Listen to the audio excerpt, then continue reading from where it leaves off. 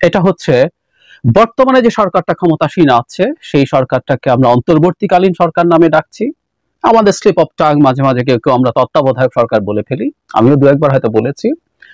কিন্তু একটা ভুল তুলনা চলছে, একটা ভুল কম্প্যারিজন, সেটা হচ্ছে ১/১১ যে সরকার ছিল আমরা সেটার সাথে বর্তমান সরকারকে তুলনা করছি। আমার কাছে যেটা খুব বড় ভুল বলে মনে হয়, এটা অন্যায়, এবং এই ভুলটা করলে আমাদের ভবিষ্যৎ পরিকল্পনা, আমাদের রাষ্ট্রটাকে আমরা কোন জায়গায় নিয়ে যেতে চাই, কিভাবে নিয়ে যেতে চাই, এতে কারা কারা স্টেক হোল্ডার্স আছে সেই হিসেবটা গরমিল হয়ে যাবে।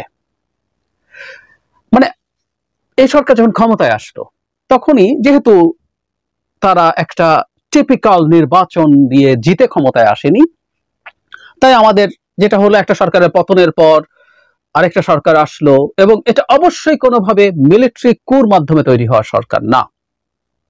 এটাই আমি গতকালই কথা বলেছি, এটা একটা গণ অভ্যুত্থান। এটাকে দেশে বিদেশে কেউ কেউ এই প্রপাগান্ডা চালানোর চেষ্টা করতে পারে, which is totally wrong. So এই সরকারটা যখন আসলো, সেই সরকারটা কি করতে পারবে কি করতে পারবে না, তাকে নির্বাচনই শুধু দিতে হবে, নির্বাচনের সাথে রিলেটেড কাজই কি শুধু করতে হবে, এই আলাপগুলো আমাদের সোসাইটিতে শুরু হয়েছে। খুবই হেলদি আলাপ, এবং এটা দরকার। স্বাভাবিকভাবে যে দলগুলো নির্বাচন করতে চায়, যে দলগুলো নির্বাচিত হয়ে ক্ষমতায় যেতে চায়, তারা নির্বাচন চাইবেন, খুবই ন্যায্য চাওয়া, খুবই ন্যায্য চাওয়া, এবং সেই নির্বাচন করে ক্ষমতায় গিয়ে তারা তাদের মতো করে দেশটাকে চালাতে চান। এটাই রাজনৈতিক দলের কাজ। কিন্তু আমরা ব্যাক অফ দ্য মাইন্ড আমি খেয়াল করছি যারা এই ইস্যুগুলোতে কথা বলছি, তারা গুলিয়ে ফেলছি ১/১১ সরকারের সাথে এই সরকারের পার্থক্য। প্রথম পার্থক্য, এবং সেই অনুযায়ী সম্ভবত এই আলাপগুলো আমাদের করতে হবে। পার্থক্য একটা না, কয়েকটাই আছে, কিন্তু প্রথম এবং প্রধান পার্থক্য হচ্ছে ১/১১ সরকারটা আসলে একটা মিলিটারি সরকার ছিল, ওটা একটা কু ছিল আমরা বলতেই পারি। যদিও বহু সময় হয় যে দেশের পরিস্থিতি এমন দাঁড়ায় যে অনেকে হয়তো সেটাকে সমর্থন করে, আমি খুব স্পষ্টভাবে মনে করতে পারি ১/১১ ঘটে যাওয়ার পর পরে সেই সরকার কি করেছে, তাদের এজেন্ডা কি ছিল, সেগুলো আমাদের কাছে পরবর্তীতে ক্লিয়ার হয়েছে। কিন্তু প্রাথমিকভাবে মানুষজন অনেকেই, আমি সবার কথা বলছি না, ১/১১কে সমর্থন করেছিলেন। কিন্তু এটা একটা কু ছিল। কু ছিল কেন বলছি, আমাদের প্রেক্ষাপটটা একটু মনে রাখা দরকার। সেবার বিএনপির অধীনে একটা নির্বাচন হতে যাচ্ছিল। বিএনপির অধীনেও কথাটা ঠিক না, আসলে একটা তত্ত্বাবধায়ক সরকার হয়েছিল, কিন্তু সেই তত্ত্বাবধায়ক সরকারটার ফরমেশন নিয়ে নানা রকম ডিবেট ছিল। সেই তত্ত্বাবধায়কটাকে ম্যানিপুলেট করার চেষ্টা হয়েছে, এই অভিযোগ বিএনপির বিরুদ্ধে ছিল। শেষ পর্যন্ত যেটা দাঁড়াচ্ছিল, একটা নির্বাচন হতে যাচ্ছিল যেখানে বিএনপি মেজর পার্টি, আরো যারা যারা ছিল, কিন্তু আওয়ামী লীগ তার মনোনয়নপত্র প্রত্যাহার করে ফেলেছিল। এরশাদের মনোনয়নপত্র বাতিলকে কেন্দ্র করে আওয়ামী লীগ কিন্তু মাঠে আন্দোলন করছিল এই তত্ত্বাবধায়ক সরকার যেভাবে ফর্মড হয়েছে তার বিরুদ্ধে। একই সাথে তারা মনোনয়নপত্র দাখিল করেছিল, কিন্তু শেষ পর্যন্ত তারা মনোনয়নপত্র প্রত্যাহার করে নেয়। এবং 2014 সালের 5 জানুয়ারি যে ধরনের একটা পরিস্থিতি হয়েছিল, বাংলাদেশ সেই ধরনের একটা নির্বাচনের দিকে এগিয়ে যাচ্ছিল। সেটা বিএনপি প্রধান দল, এবং এই ধরনের নির্বাচন হলে কি হয় আমরা ধারণা করতেই পারি আগাম। সেই প্রেক্ষাপটে এসে একটু বলে নেওয়া ভালো, ওই সময় মাঠে এমন কোনো প্রতিবাদ, বিক্ষোভ, আন্দোলন কিচ্ছু হচ্ছিল না, খুব অল্প স্বল্প, খুব মেজর কিছু না, যে এটাকে গণ অভ্যুত্থান বা মানে রাজনৈতিক দলই ঠিক মতো মাঠে ছিল না। আওয়ামী লীগই এমন কোনো পরিস্থিতি মাঠে রাখেনি যেটাতে মনে হতে পারে যে প্রচুর মানুষ এই সরকারের পতন চাইছে। সেই পরিস্থিতিতে হঠাৎ করে ১/১১ হয়ে গেল, এবং ওটা আসলে একটা কু, মানে সাইলেন্টও না, এটা যথেষ্ট ক্লিয়ার ছিল। মানে আমরা পরবর্তীতে বিভিন্ন এই কুশীলবদের লেখা, মনিউ আহমেদ লিখেছেন, বলেছেন, আরো যারা যারা ইনভলভ ছিলেন অনেকেই সেটা নিয়ে কথা বলেছেন, তাতে ইট ওয়াজ ভেরি ক্লিয়ার মিলিটারি কাজটা করেছে। জাস্ট ডিফারেন্স হচ্ছে এটা একটা নতুন মডেলের কু, যেখানে মিলিটারি নিজে সামনে এসে ক্ষমতা নেয়। ক্ষমতা মিলিটারির হাতে ছিল, কিন্তু মিলিটারি ক্ষমতা সামনে এসে নেয়নি, মার্শাল ল দেয়নি, একটা সিভিল মুখোশ ছিল, একটা সিভিল মুখোশ ছিল, যেখানে আমরা নিশ্চয়ই ফখরুদ্দিন আহমেদের কথা মনে আছে, এবং একটা উপদেষ্টা প্যানেল ছিল, তারা কাজ করেছে। কিন্তু ডিফ্যাক্টো শাসক আসলে দেশের মিলিটারি ছিল, এটা আমরা তখনও জানতাম।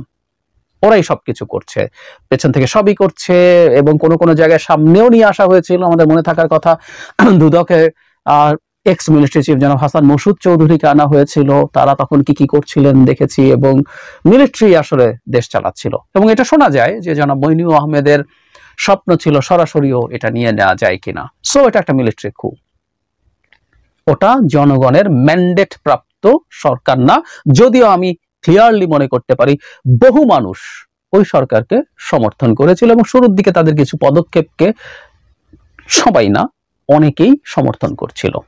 পরবর্তীতে তারা একটা তালগোল পাকিয়ে ফেলে, আমরা কথ্য ভাষায় যে বলি লেজে গোবরে করে ফেলে, সে লেজে গোবরে পরিস্থিতি তৈরি হয়। এই সরকারটা কোনোভাবেই মিলিটারি কুয়ের সরকার না, এটা হলো মেজর পার্থক্য। এই সরকারও ম্যান্ডেট প্রাপ্ত, জনগণের ম্যান্ডেট প্রাপ্ত সরকার। এখন ঘটনা যেটা দাঁড়ায় সেটা হচ্ছে জনগণের ম্যান্ডেট ভোটের মাধ্যমে নেয়নি এই সরকার, কিন্তু আমরা মনে হয় বলতে পারি যে ইভেন আরো শক্তিশালী, আরো কঠোর ম্যান্ডেট এই সরকার পেয়েছে। এই সরকার একটা গণ অভ্যুত্থানের মাধ্যমে গঠিত হয়েছে, মানুষের রক্তের ওপরে দাঁড়িয়ে গঠিত হয়েছে, মানুষের আহত হওয়া, মানুষের দৃষ্টিশক্তি হারানো সবকিছুর বিনিময়ে এই সরকারটা তৈরি হয়েছে। সুতরাং এই সরকারের কিন্তু পপুলার ম্যান্ডেট আছে। আমি রিপিট করছি, সেই ম্যান্ডেট ইভেন নির্বাচনের চাইতে শক্ত কিনা সেই আলাপও আমরা করতে পারি, আমি ব্যক্তিগতভাবে তা মনে করি। তারপরও নিশ্চিতভাবে আমরা একটা ডেমোক্রেসি বলতে যেটা বুঝি, ডেমোক্রেসি মানেই হচ্ছে জনগণের ভোট নেওয়া, তার সম্মতি নেওয়া, সেটাও এই রাষ্ট্রে হতে হবে। আমরা দিনের শেষে ওই জায়গাটাতেই আমাদের যেতে হবে, ওটাই আমাদের মূল জায়গা, এটা নিয়ে ডিবেট নাই। কিন্তু এই সরকার কি করতে পারবে না পারবে সেটা নিয়ে যখন আমরা আলোচনা করি তখন আমরা ভুলভাবে এটাকে ১-১১ সাথে তুলনা করি। মানে এর কাজ হচ্ছে একটা নির্বাচন দিয়ে চলে যাওয়া এবং সেটার জন্য নির্বাচনটাকে মোটামুটি ঠিকঠাক ভাবে করার জন্য একটা নতুন নির্বাচন কমিশন তৈরি। আমাদের আগের নির্বাচন কমিশন এখনো রয়ে গেছে, একটা নতুন নির্বাচন কমিশন হবে বলে আমরা ধারণা করতে পারি যৌক্তিকভাবে। সেটা করতে হবে, তার সাথে একটু প্রশাসন পুলিশকে ঠিকঠাক করে নির্বাচন দিয়ে দাও এবং সেটা এই যে 3 মাসের আলাপ, মজার ব্যাপার এই 3 মাসের আলাপও আমরা দেখছি 3 মাসের আলাপটাও যৌক্তিক না, কারণ হচ্ছে বাংলাদেশের কনস্টিটিউশনে এখন তত্ত্বাবধায়ক সরকারই নেই। সুতরাং তত্ত্বাবধায়ক সরকারের ওই 3 মাসের আলাপটা হতে পারে না। কেউ কেউ বলছে আর একটু বেশি যদি হয় আর একটু বেশি নেওয়া হোক, কিন্তু নির্বাচনই তার কাজ। এই একটা জায়গায় আমাদের মনে হয় ভুল হচ্ছে, ভুল হয়, এটা হওয়া উচিত না। বাংলাদেশের সামনে রাজনৈতিক প্রেক্ষাপট কি, রাজনৈতিক ভবিষ্যৎ কি, আমাদের নির্বাচন কখন হবে, কিভাবে হবে, রোড ম্যাপটা কি হবে, এই সরকার সংস্কার করবে কি করবে না, সংস্কার যদি করে কোন কোন জায়গায় সংস্কার করবে, কোন কোন জায়গায় সে হাত দেবে, কতটুকু সংস্কার সে করবে, এই যাবতীয় বিষয়গুলো আসলে ডিপেন্ড করছে অনেকগুলো স্টেক হোল্ডারের উপরে।